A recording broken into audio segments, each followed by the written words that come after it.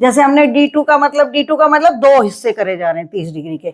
ऐसे ही अगर D3 है, मान लीजिए सपोज D3 भी होता है। अब D3 क्या होगा, 30 डिवाइडेड बाई 3, तो हमको मिल जाएगा 10 डिग्री के, यानी कि एक एक राशि 10 डिग्री के बाद बदल जाएगी। ठीक है, तो अब इससे क्या देखते हैं, होरा से हमने बता दिया कि धन देखते हैं, D2 से। D3 से हम देखते हैं साहस, छोटे भाई बहन, पराक्रम देखते हैं, व्यक्ति में कितना पराक्रम है, वो मेहनत कर पाएगा नहीं कर पाएगा। और इनके फिर फर्दर नाम भी होते हैं, जैसे कि अब D3 में क्या होता है, पहले 10 डिग्री तक के प्लेनेट पहले देशकांड, इसको देशकांड बोलते हैं, इसका नाम भी याद कर लीजिए, इसको देशकांड बोलते हैं, इसका नाम भी हमें पता ही होना चाहिए। D3 जो होता है इसका नाम होता है देशकांड। तो पहली देशकांड ये कहलाएगा 10 डिग्री तक, दूसरा देशकांड कहलाएगा 20 डिग्री तक, तीसरा देशकांड कहलाएगा 30 डिग्री तक। और उसके फिर नियम है कि सम राशि का पहला देशकांड को मतलब कितने हाउस आगे जाएगा, विषम राशि का पहला देशकांड कितने हाउस जाएगा, जैसे हमने अभी होरा में एक्सप्लेन किया था उसी तरीके से। तो अब इसमें क्या होता है कि पहली होरा का नाम नारद है, दूसरी होरा का नाम अगस्त है, तीसरी होरा का नाम दुर्वासा है।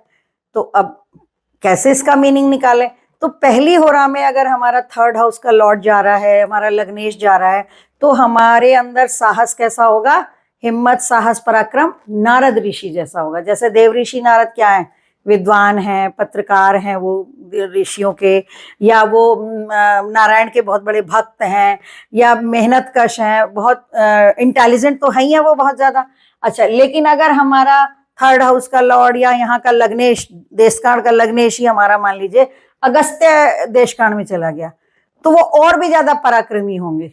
जैसे कहते हैं ना, अगस्त्य ऋषि ने समुद्र पी लिया था पूरा, तो अब समुद्र पीने का मतलब ये है कि बड़े काम करना, it's a very big deal, बड़ी बड़ी कामें करना। तो अगस्त्य होरा में जिनके मान लो हमारे 3rd लॉर्ड चले, तो हमारे भाई उस तरह के मेहनती होंगे, क्योंकि थर्ड हाउस किसका होता है, छोटे भाई बहनों का होता है। ये भी इससे रिलेटेड है।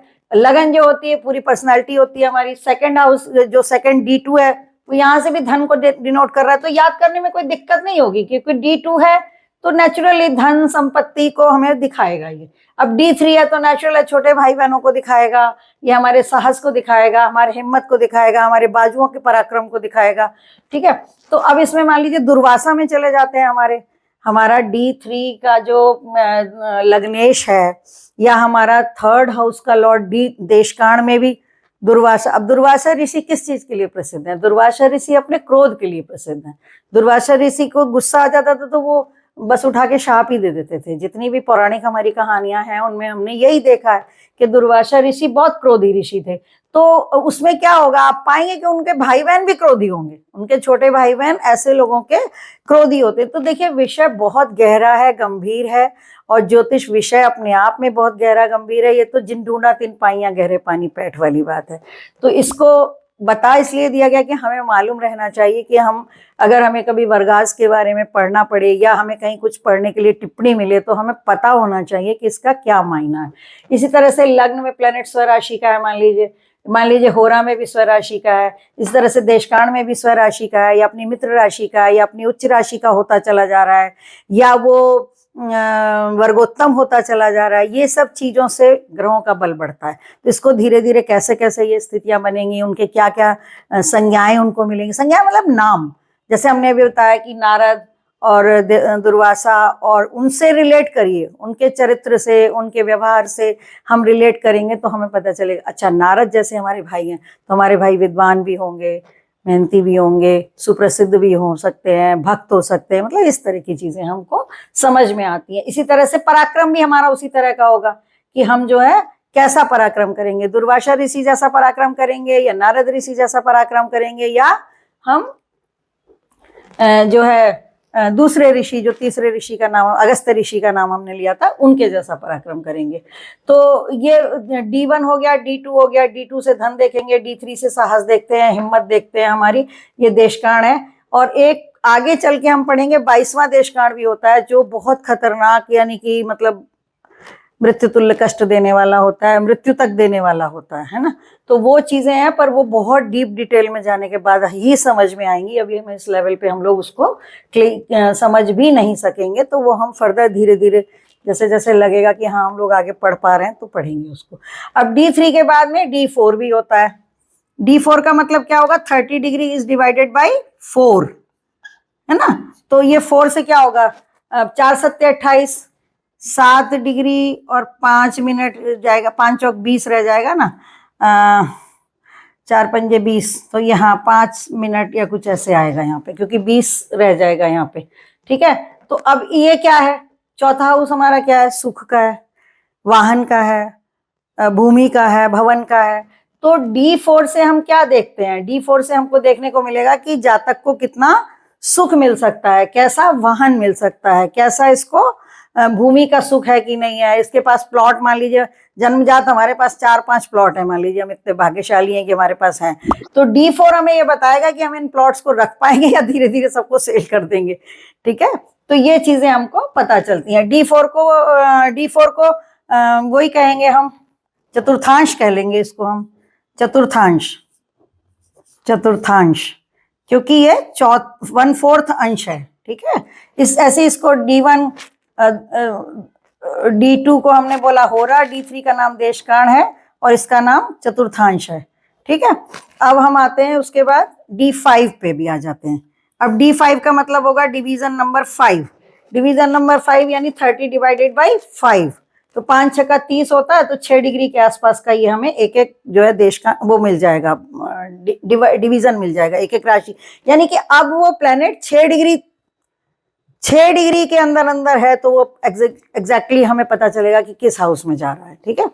तो अब ये D5 क्या बताएगा, 5वां घर शिक्षा का है, संतति का भी है, शिक्षा का भी है हमारा, तो ये यहाँ से हमारे फर्दर स्टडी का बताएगा, हायर स्टडी का बताएगा कि भाई हायर स्टडी में कितना स्कोप है। ये ऐसा नहीं है कि D1 को हम भूल जाएंगे, D1 तो बताएगा ही, पंचम भाव का मालिक, भाव, भावेश और कारक से हम लोग पता लगाते हैं शिक्षा के कारक, जैसे जुपिटर हैं, या बुद्धि के कारक हमारे बुध हैं, चंद्रमा हमारे मन के कारक हैं, पंचम का मालिक होगा वो उसकी स्थिति बताएगी, तो ये सारी चीजें।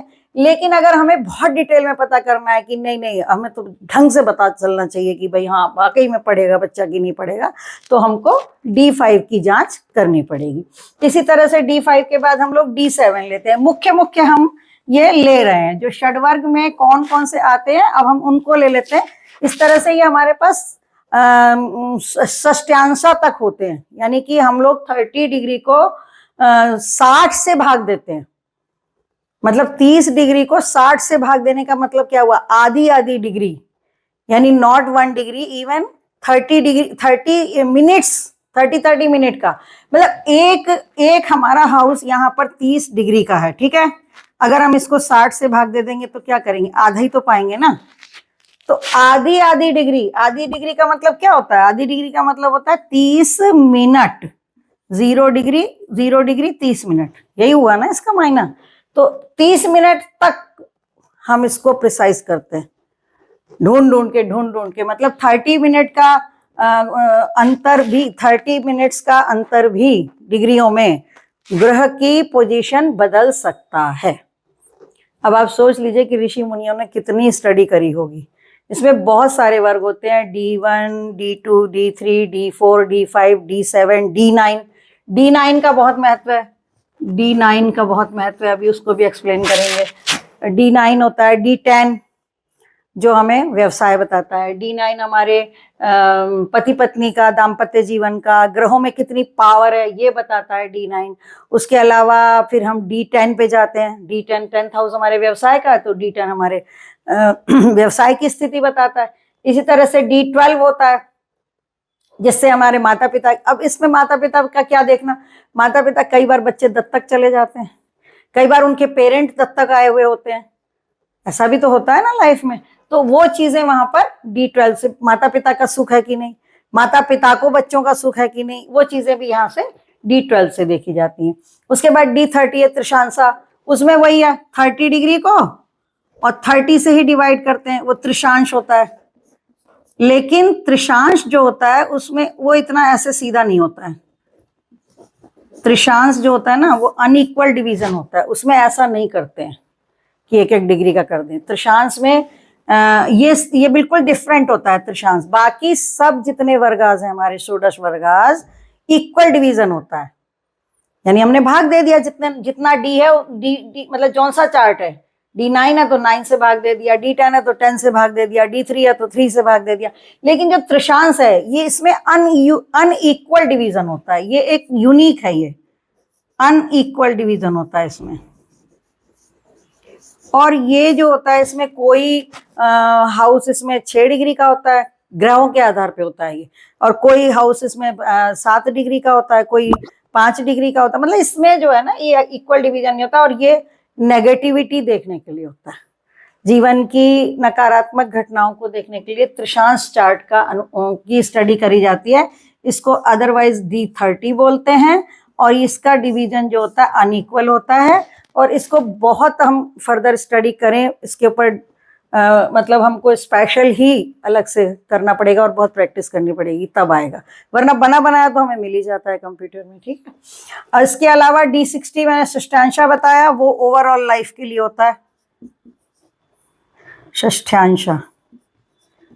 तो ये वर्गास जो होते हैं ये डिफरेंट वर्गास। अब इस वीडियो में हम इतना लेंगे, इससे अगले वीडियो में हम इसको थोड़ा सा और फर्दर एक्सप्लेन करेंगे कि वर्गों में प्लैनेट्स की पोजीशन से हम कैसे अर्थ निकालें कि हमारा प्लैनेट बली है या नहीं है, या उनको क्या संज्ञाएं मिली हैं और क्यों मिली हैं। तो क्योंकि अभी एक साथ ही बहुत थोड़ा सा डिटेल होता जा रहा है, तो इस वीडियो में हम इतना ही रखेंगे, और फिर उसके बाद षड्वर्ग में जितने वर्ग हैं एक बार उनको हम लिस्ट आउट कर लेंगे। और उसके अलावा हम ये देखेंगे कि 16 वर्गों में हमारे ग्रहों की पोजीशन को हमें कैसे समझना है। हमने ये तो समझ लिया कि वर्गास कैसे बनते हैं, किस किस वर्गा का क्या नाम है, उसको तो हमने समझ लिया, पर इसका हमें लाभ क्या, या हमको प्रेडिक्शन में ये कैसे काम आएगा, इसको हम अगले वीडियो में लेंगे। तो रुचिकर ढंग से ज्योतिष को पढ़ने के लिए जुड़े रहिए अक्षर ज्योतिष चैनल के साथ। और आज के लिए इतना ही। और चैनल का कंटेंट आपको अच्छा लगता है तो इसे लाइक करिए, शेयर करिए, सब्सक्राइब करिए, और अपने सवालों को भेजते रहिए कमेंट में। जहाँ तक बनता है हम आपके सवालों के ज़रूर जवाब देंगे। अगर आपको पर्सनल कंसल्टेंसी चाहिए तो उसके लिए आपको ईमेल एड्रेस पे अपना प्रश्न भेजना होगा फुल डिटेल के साथ, date of birth, place of birth और टाइम ऑफ बर्थ। इसके बिना कुछ नहीं, आप बाकी डिटेल चाहे ना भेजें, लेकिन ये 3 डिटेल के बिना कोई भी कैलकुलेशन करना संभव नहीं होता है। तो आज के लिए इतना ही। जय हिंद, जय भारत।